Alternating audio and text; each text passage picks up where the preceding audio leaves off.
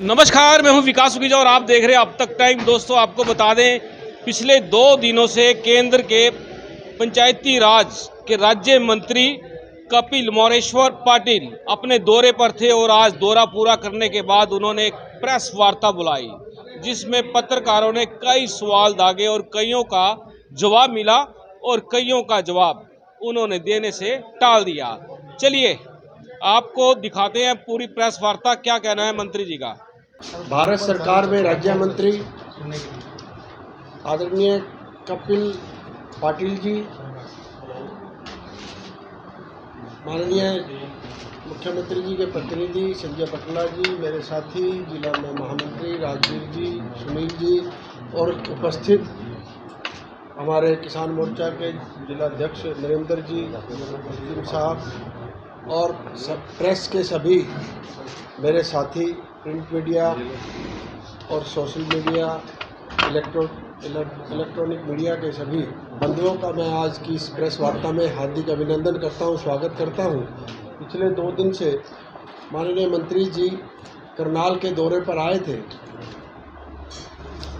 मोदी जी के कार्यकाल को 8 साल हुए हैं, उसी के संदर्भ में माननीय मंत्री जी ने बहुत से लोगों से यहाँ मिले, कई जगह का दौरा किया और विस्तार से जानकारी देने के लिए मैं माननीय मंत्री जी से निवेदन करूँगा कि वो हम सब का मार्गदर्शन करें। माननीय मंत्री, मोदी जी के सरकार को 8 साल होने के उपलक्ष्य में सभी देश में 8 सालों में मोदी सरकार ने जो काम किया है वो काम की जानकारी कार्यकर्ताओं को देने के लिए और जो लाभार्थियों को मिला है वो लाभार्थियों से बातचीत करके, लाभार्थियों के साथ सम्मेलन करके इस योजना का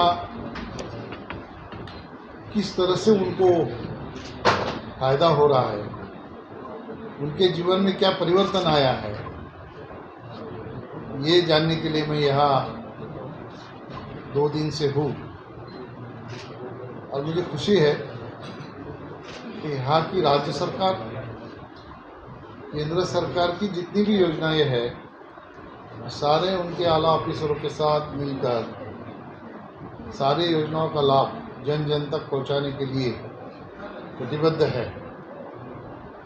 और जो योजना जिसका लाभ लोगों ने लिया, जिनसे कल मैं रूबरू हुआ, उनके चेहरे पे जो रौनक मैं देख रहा था, तो वही इस योजना का सक्सेस उनके चेहरे पे मुझे दिखाई दे रहा था। सही मायने में देश के प्रधानमंत्री ने गए 8 सालों में, आप सब लोग जानते हो कि विश्व में भारत का नाम रोशन करने का काम तो किया ही, लेकिन पहले दिन से उन्होंने कहा कि मेरी सरकार गरीबों के प्रति समर्पित है और गरीबों के कल्याण के लिए कई योजना उन्होंने बनाई और उन योजना के माध्यम से गरीब जनता को, देश में रहने वाले गरीब नागरिकों को विकास के मुख्य प्रवाह में लाने का काम केंद्र सरकार ने राज्य सरकारों की मदद से किया है। और उसका रिजल्ट जो लाभार्थी से मैं मिला, उनसे सुनने के बाद उनका रिजल्ट मालूम पड़ता है कि सारी योजनाएं निश्चित तौर पर लाभार्थियों तक पहुंचाने का काम भारतीय जनता पार्टी के कार्यकर्ता हो, यहाँ की सरकार हो, यहाँ के आला अफसर हो, इन सभी लोगों ने मिलकर किया है। ये बहुत खुशी की बात है। अभी आपको कुछ पूछना है तो आपने कितने लाभार्थियों से बात की करनाल में? मैंने एक 15 योजना है जिसके बारे में मैं उन्हें जानकारी ली, उसमें लगभग 3-3, 4-4 लाभार्थियों से बात की। जैसे कि आयुष्मान भारत योजना है, इस योजना का लाभार्थी एक हमारा मुसलमान भाई था।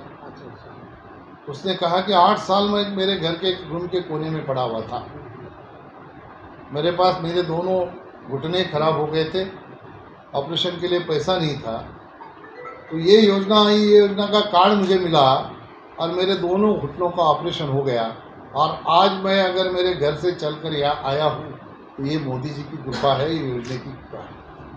सर कई बार देखते हैं कि योजनाएं जो लोग उसके लाभार्थी होने चाहिए उन तक नहीं पहुंच पाती, दूसरे लोग उसका फायदा उठा जाते हैं, तो उसको आप किस तरीके से कम करने का प्रयास कर रहे हैं, किस तरीके से उसमें पारदर्शिता लाने का प्रयास कर रहे हैं? देखो भैया, पहले तो एक बात मैं आपको पूछता हूँ, ऐसा कोई आपके पास अगर किस्सा है पर्टिकुलर तो आप मुझे बता दीजिए। जब केंद्र सरकार की योजना बनती है, राज्य सरकार की योजना बनती है, तो उसका गाइडलाइन होता है।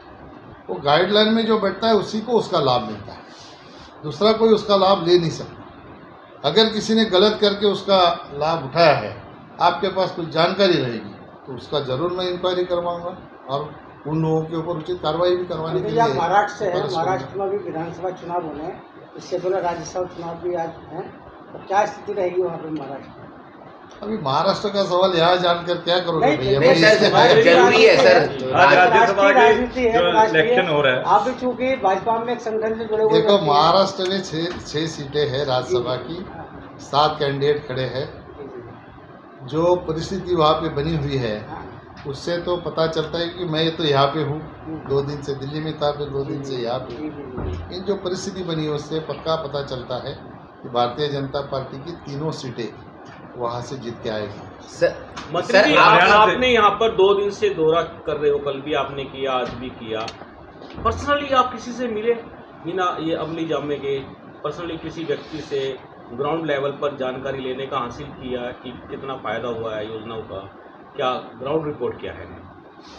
देखो, ऐसा है, वन रेशन वन नेशन और गरीब कल्याण योजना के माध्यम से मैं जब एक शॉप में गया तो वहाँ शॉप में मुझे 2-3 हमारे बहनें मिली। उनसे मैंने पूछा, वो पर्सनली मुलाकात हो गई मेरी। उनसे मैंने पूछा कि आपको कोरोना आने से पहले, जब ये गरीब कल्याण योजना शुरू नहीं हुई थी, उसके पहले अगर आपको घर चलाना है तो कितने का अनाज खरीदना पड़ता था? उसने कहा लगभग 2000 रुपये का खरीदना पड़ता था। अभी 27 महीना हो गया इस योजना को शुरू होकर। तो वो दुकानदार से मैंने पूछा कि आपके दुकान से कितने लोगों को फ्री अनाज आप बांट रहे हो और उसकी अमाउंट कितनी बनती है? तो उसने बोला सर मुझे 10 मिनट दे दो। उसने 10 मिनट में मुझे बताया कि मेरे दुकान से महीने में 60 लाख रुपए का अनाज, ये 27 महीने में 60 लाख रुपए का अनाज मेरे दुकान से गया। मंत्री जी, फिर सुनो मेरी बात, फिर मैंने डीसी साहब को पूछा कि ऐसे कितने शॉप है करनाल में और पूरे करनाल में कितने रुपए का अनाज केंद्र सरकार के माध्यम से, गरीब कल्याण योजना के माध्यम से कोरोना काल में लोगों को फ्री में दिया है। तो उन्होंने भी हिसाब जोड़ने के लिए 10 मिनट मांगे और उन्होंने कहा कि हमारे करनाल डिस्ट्रिक्ट में लगभग 600 करोड़ का अनाज मुफ्त में कोरोना काल में जो लाभार्थी इसमें पात्र है उनको दिया गया। ये पर्सनल मेरे से वहाँ पे लाभार्थी ने बात की। हम लोग ऐसा पूछने जाएंगे एक लाभार्थी से, तो वो लाभार्थी बोलेगा कि मुझे 5 किलो गेहूँ मिला, 5 किलो चावल मिला, लेकिन इसको पूरे करनाल से आप जोड़ोगे तो वो 600 करोड़ का आंकड़ा बनता है। ये छोटा आंकड़ा नहीं है। और पूरे देश से जोड़ोगे तो कितने का आंकड़ा बनेगा, इसका हम लोग अंदाजा नहीं लगा सकते। सर आप मंत्री जी, कोरोना काल में ऐसे लोग जो थे जिनके घर में खाना बनना चाहिए, इसकी चिंता हमारे देश के प्रधानमंत्री ने की और ये योजना शुरू की और ये योजना का लाभ लोगों ने जो लिया उसका रिजल्ट कर मेरे सामने। मंत्री जी, 5 बॉन्ड के जो सिस्टम तालाब के थे, सेंट्रल गवर्नमेंट की स्कीम थी, वो अदर में लटकी पड़ी हैं और 40-45 लाख रुपए के गांव को गया है, लेकिन दर्जन भर गांव ऐसे हैं वहाँ का ठेकेदारी भाग चुके हैं। इससे पूछो, क्या पूछो? जो 5 बॉन्ड सिस्टम था तालाब को लेकर, सेंट्रल गवर्नमेंट की स्कीम थी, जितने भी उसके टेंडर हुए थे वो ठेकेदार बीच में छोड़ के भागे। देखो, अभी सेंट्रल गवर्नमेंट के पास एग्जीक्यूशन करने वाली कोई यंत्रणा नहीं होती है। हमारे यहाँ से हम फंडिंग करते हैं। अगर 100% हमारी योजना है तो भी यहाँ पे एग्जीक्यूट करने वाली यंत्रणा स्टेट की होती है, और स्टेट और सेंट्रल गवर्नमेंट इन दोनों को मिला के अगर योजना है तो भी वही करते हैं। अभी इसकी कोई जानकारी हमारे पास नहीं होती है, मैं राज्य से जानकारी लूँगा। आपके पास अगर उसकी जानकारी रहेगी तो आप मुझे जानकारी दो, कौन से पॉइंट के ठेकेदार बीच में ही काम छोड़ के गए हैं, तो क्यों छोड़ के गए, उसका रीज़न क्या है। उनको एक तो फिर से काम शुरू करवाने के लिए हम लोग कोशिश करेंगे, या तो फिर उनके ऊपर कार्रवाई करके दूसरा कॉन्ट्रैक्टर अपॉइंट करने के बारे में राज्य सरकार को सूचना देके वो पॉइंट पूरा करना। सर आपने आपकी पार्टी की नेता है नुपुर शर्मा थी, माफ कीजिएगा, लेकिन आज भी उनके खिलाफ प्रोटेस्ट हो रहा है। आपने निलंबित तो कर दिया है, लेकिन प्रोटेस्ट हो रहा है, और कुवैत ने कहा है कि भारतीय सामान का बहिष्कार करो। तो किस तरीके से देखते हैं, आज भी माहौल इस तरीके से खराब करने का प्रयास किया जाता है? देखो, इसका कोई समर्थन नहीं करता है। भारतीय जनता पार्टी के हमारे राष्ट्रीय अध्यक्ष जी ने ये संज्ञान लिया और उनको पार्टी से भी निष्कासित कर दिया, और हमारे प्रधानमंत्री जी ने भी इसका संज्ञान लिया है। प्रधानमंत्री जी की सोच यही है कि कोई भी आदमी किसी भी धर्म का हो, किसी भी जात का हो, उसके अपने जात का, धर्म का अभिमान होना ज़रूरी है।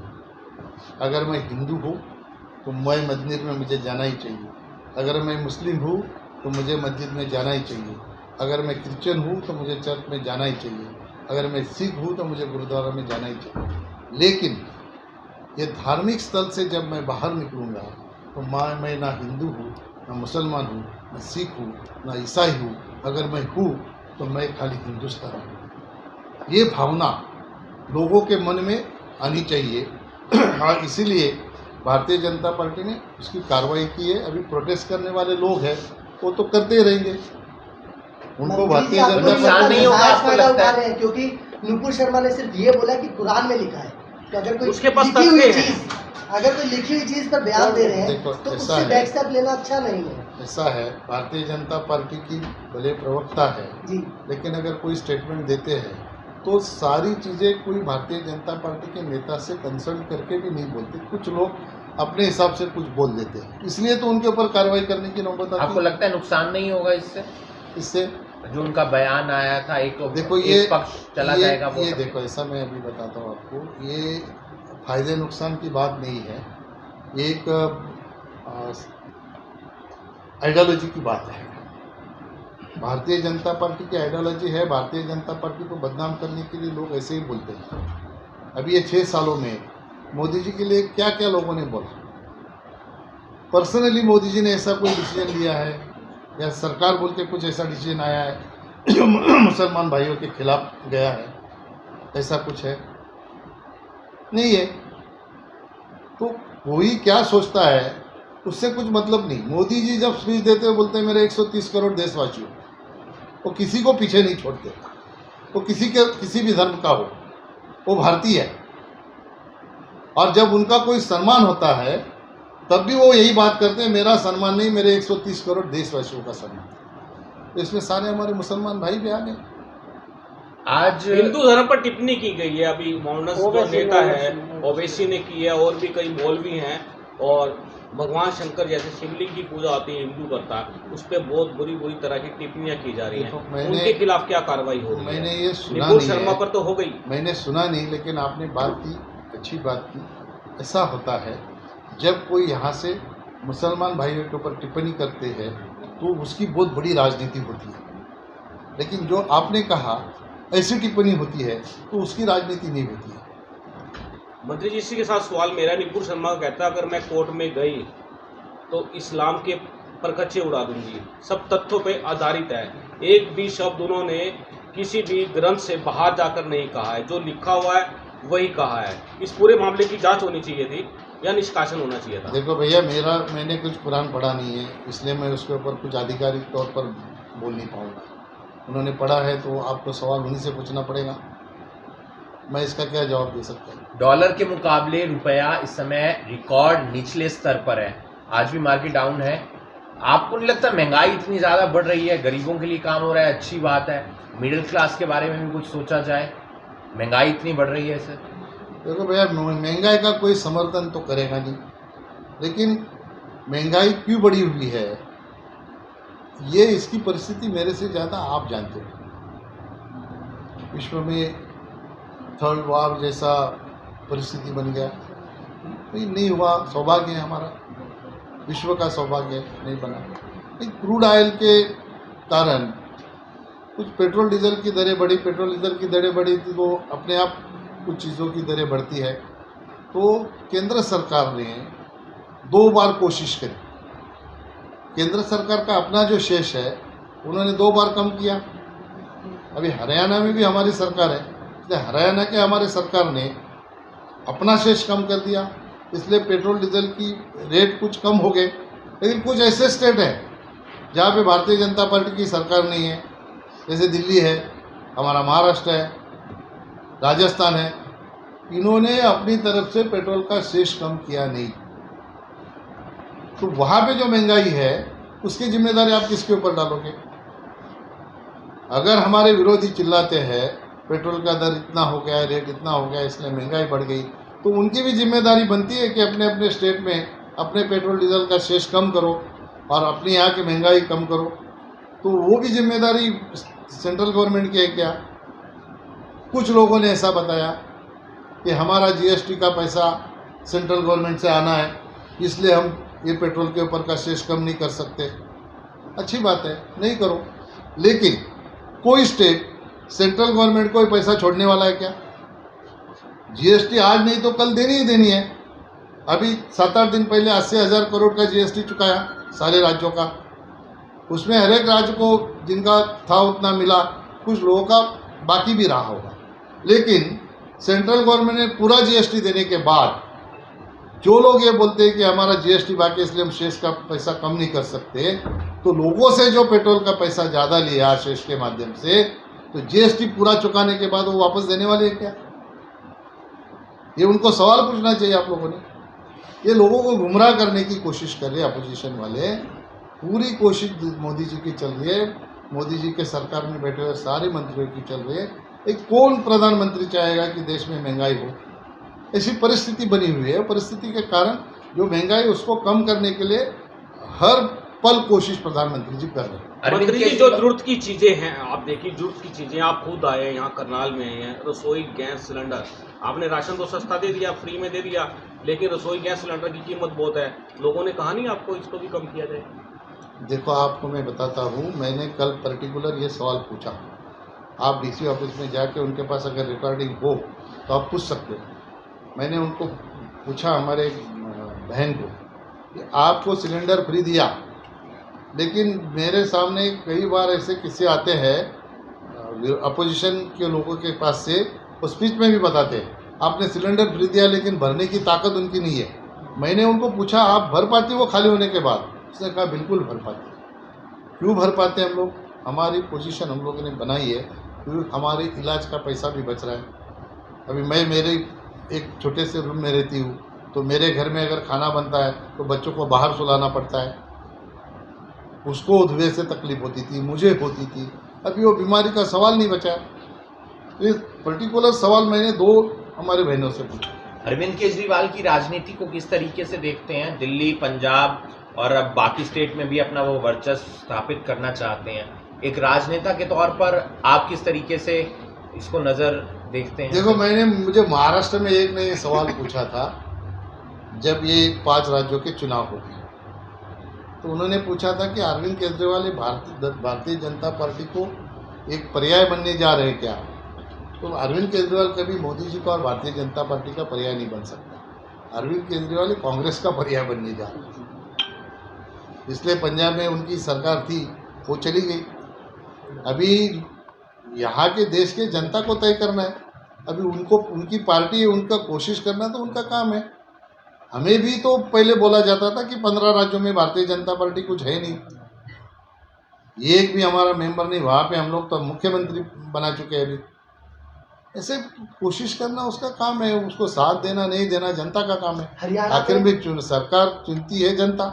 हरियाणा में पंचायती राज के चुनाव काफी टाइम से रुके हुए हैं, क्या कुछ कारण है और कब होंगे? क्योंकि आप चुनाव करना हमारा केंद्र सरकार का काम नहीं होता है भैया। हम तो योजनाएं करते रहते हैं, लेकिन यहाँ शायद ओबीसी आरक्षण का मसला यहाँ पे भी होगा तो मुझे पता नहीं है। लेकिन हमारे महाराष्ट्र में, मध्य प्रदेश में ओबीसी के आरक्षण के कारण चुनाव लटके हुए थे, अटके हुए थे, और उसके पहले कोरोना के कारण चुनाव नहीं हो पा रहे। 2 साल तो कोरोना की वजह से नहीं हुए, फिर ओबीसी आरक्षण की वजह से नहीं हुए। अपने अपने स्तर पर राज्य सरकार ने कुछ निर्णय लिए कि जब तक ओबीसी आरक्षण नहीं होगा तब तक चुनाव नहीं होगा। जैसे हमारे महाराष्ट्र में लिया था, महाराष्ट्र में चुनाव आयोग के जो अधिकार थे वो सारे अधिकार महाराष्ट्र ने एक कानून बनाया अपने विधिमंडल में और अपने पास ले लिए। वो कानून के माध्यम से 3-4 महीना चुनाव का आगे गया, लेकिन कोई सुप्रीम कोर्ट में गया, सुप्रीम कोर्ट ने महाराष्ट्र सरकार ने बनाया हुआ कानून वो खारिज किया और फिर आदेश दिए कि ओबीसी आरक्षण के सिवाय चुनाव ले लो, तो प्रक्रिया शुरू होगी। मंत्री जी, मोदी सरकार नया क्या देने जा रही है देश को? 8 साल बाद। देखो भैया, अभी मोदी सरकार नया क्या देने जा रहे हैं तो मोदी जी बता सकते हैं। आप सरकार में हैं, आपकी नोटिस में ऐसा है, कोई भी बात जब तक कैबिनेट में डिसीजन नहीं होता है तब तक किसी को भी पता नहीं होती है। हर एक मंत्रालय से अपनी अपनी नोट जाती है कैबिनेट। जैसे अभी राष्ट्रपति मोदी जी के नेतृत्व में हम लोग सब काम करते हैं, लेकिन आखिर में ये सारी टीम है, एक टीम मिला के कुछ नया जो करना है वो सोचती है, फिर वो कैबिनेट डिसीजन। अब जैसे राष्ट्रपति चुनाव होना है, राष्ट्रपति चुनाव होने को है, अगले महीने राष्ट्रपति चुनाव होना है, तो उसके लिए वो मतलब कयास लगाए जा रहे हैं कि देश का पहला आदिवासी राष्ट्रपति बनेगा। ये देखो, ये सरकार से संबंधित है, पार्टी से संबंधित सब्जेक्ट है। तो हमारी पार्टी, हमारी जो कोर टीम है पार्टी की, वो जो डिसीजन लेगी वो बनेगा। जैसे मोदी जी ने पहले कोविंद जी का नाम लेके एकदम देश को सत्ते में डाल दिया था कि इसका इसलिए संभावना है इस बार कि आदिवासी राष्ट्रपति बनेगा भारत का। देखो, ये पार्टी के अध्यक्ष ही बता सकते हैं, मोदी जी बता सकते सर आप, मैं सक्षम नहीं हूँ इसके ऊपर बात। क्या ऐसा होना चाहिए? क्या ऐसा होना चाहिए? देखो, ऐसा है, हमारे पार्टी के कोर टीम में जो डिसीजन होगा वो आदमी प्रेसिडेंट बनेगा। ऐसा होना चाहिए, नहीं होना चाहिए, ये बताने के लिए भी मैं सक्षम नहीं हूँ। आप लंबे समय से राजनीति के अंदर हैं, राजनीति को अच्छी तरह से जानते हैं। कांग्रेस पार्टी आपकी मुख्य विपक्षी पार्टी, आपको लगता है अगर वो गांधी परिवार से बाहर आएगी तो शायद आप लोग एक अच्छी चुनौती दे पाएगी, या फिर एक टक्कर का विपक्ष आपको मिल सकता है? तो भैया, ये इसके ऊपर तो मैं कुछ टिप्पणी नहीं कर सकता, तो कांग्रेस वाले ही बता सकते हैं। फिर भी एक लेकिन किसी भी देश में अगर सक्षम अपोजिशन रहेगा तो अच्छा ही होता है। अभी सक्षम अपोजिशन नहीं होने के बावजूद भी मोदी जी का काम ऐसा है कि सारे विश्व में उनका बोलबाला होने लगा है। ऐसे ही कोई विश्व का नेता चुनता है क्या किसी को? अभी मोदी जी को ये तो इंडिया के लोगों ने तो नहीं किया है, ये तो विश्व में जब सर्वे हुआ तो 72% विश्व के लोगों ने मोदी जी के नेतृत्व के ऊपर मोहर लगाई और विश्व के 1 नंबर नेता मोदी जी बन गए। मंत्री जी, आपके आने से क्या फायदा होने वाला है करनाल को? आपने करनाल का दौरा किया है। अभी मैं जब आऊँगा 2-3 महीने के बाद में, तब फायदा होगा, वो आपको दिखेगा। कुछ भ्रष्टाचार वगैरह कुछ ऐसा कुछ हाथ में आया? कुछ भ्रष्टाचार से संबंधी कुछ शिकायतें आई हैं कोई पंचायत में किसी तरह का? कुछ ऐसा मेरे जानकारी में, आपके पास कोई रहेगा आप मुझे बता दीजिए। अगर मेरे मंत्रालय से संबंधित कुछ बात है तो ही मैं उसकी इंक्वायरी करवा सकता हूँ, और दूसरा कोई बात रहेगा तो मैं संबंधित मंत्री को वो चिट्ठी लिख के उनको बोल दूंगा। पंचायतों को मजबूत करने के लिए क्या नई योजना की है? ग्राम पंचायतों को और सशक्त बनाने के लिए? भैया, मैं आपको एक अच्छा सवाल पूछा आपने। जब 11वां फाइनेंस कमीशन था तो 11वें फाइनेंस कमीशन का बजट था 8,000 करोड़ पूरे देश के लिए। जब 12वां कमीशन आ गया तो उसका बजट था 32,000 करोड़। जब 13वां फाइनेंस कमीशन आया उसका बजट था 60,000 करोड़। उसके बाद में आप सब लोगों के आशीर्वाद से देश के प्रधानमंत्री मोदी जी बन गए और 14 फाइनेंस कमीशन आ गया, और 14 फाइनेंस कमीशन में 60,000 करोड़ से डायरेक्ट मोदी जी ने इसका बजट जो है वो 2,02,92 करोड़ कर दिया, 3 गुना ज़्यादा कर दिया। और अभी 15 फाइनेंस कमीशन में ये और बढ़ा के 2,36,000 करोड़ कर दिया। ये इसलिए किया कि गांव का विकास गांव में हो, गांव के सरपंच को अपने गांव का विकास करने का अधिकार मिले, वो अपने ग्राम सभा में अपने गांव में क्या काम करना है, कैसे विकास करना है, ये तय करे। इसलिए पंचायत को उसके हक में पैसा देने का काम, ज़्यादा पैसा देने का काम मोदी जी ने किया। ये जो गांव को दिया है, ये बहुत बड़ी उपलब्धि है अपने गांव का विकास करने की। इसलिए हम लोगों ने और एक स्कीम बनाई, ई ग्राम स्वराज, और ई ग्राम स्वराज के माध्यम से गांव वाले अपने तय करेंगे कि उसके गांव में 1 साल में उसको क्या काम करना है। वो काम का प्रायोरिटी देके वो हमारे पास डाउनलोड करके हमारे पास भेजेंगे, जिसको GPDP बोला जाता है, ग्राम पंचायत डेवलपमेंट प्लान। वैसे तालुका स्तर पे BPDP होता है, ब्लॉक डेवलपमेंट प्लान। जैसे डिस्ट्रिक्ट स्तर पे DPDP होता है। ये हम लोगों ने एक योजना बनाई, इसमें प्रायोरिटी से जो काम देंगे उनके पास जब फंड आएगा तो उनको वो प्रायोरिटी से वो गांव के विकास के लिए वो काम करके योगदान देगा, और उसका बराबर मॉनिटरिंग हमारे पास से भी होते रहता है। ये गांव के विकास में नया योगदान है। सर, आप लोग कश्मीरी हिंदुओं पे बड़ी राजनीति करते हैं, वहाँ पे टारगेट किया जा रहा है, समझ सकते हैं क्या स्थिति होगी सर उनकी? कश्मीर फाइल्स को आपने बहुत भुनाया, अच्छी बात है, लेकिन बैंक में घुसकर गोली मारी जा रही है। देखो, कुछ लोग ऐसे होते हैं जिनके वजह से पूरी कौम भी बदनाम होती है। और मैं एक बार पुंछ में गया था तो मुझे यही सवाल पूछा गया कि कश्मीरी पंडित कब वापस आ जाए। मैंने कहा था कि हमारे मुसलमान भाई यहाँ के हैं, तो मुसलमान भाई भी चाहते हैं कि वो वापस आए, लेकिन कुछ ऐसी शक्तियाँ हैं वो उनको आने नहीं दे रही, उनको डरा रही है। अभी कश्मीर में मोदी जी के नेतृत्व में जो काम हो रहा है उससे लोगों में विश्वास बढ़ने लगा है, वहाँ के युवा को रोजगार मिलने लगा है, डेवलपमेंट होने लगी है।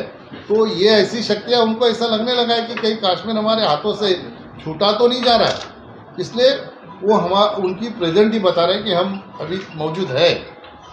जैसे निरपराध लोगों के ऊपर गोलियां चला के ये जो भीड़ हल्ले कर रहे वो सही नहीं है, देश के लिए सही है ना कौम के लिए सही है। चलो धन्यवाद, बहुत बहुत धन्यवाद सभी पत्र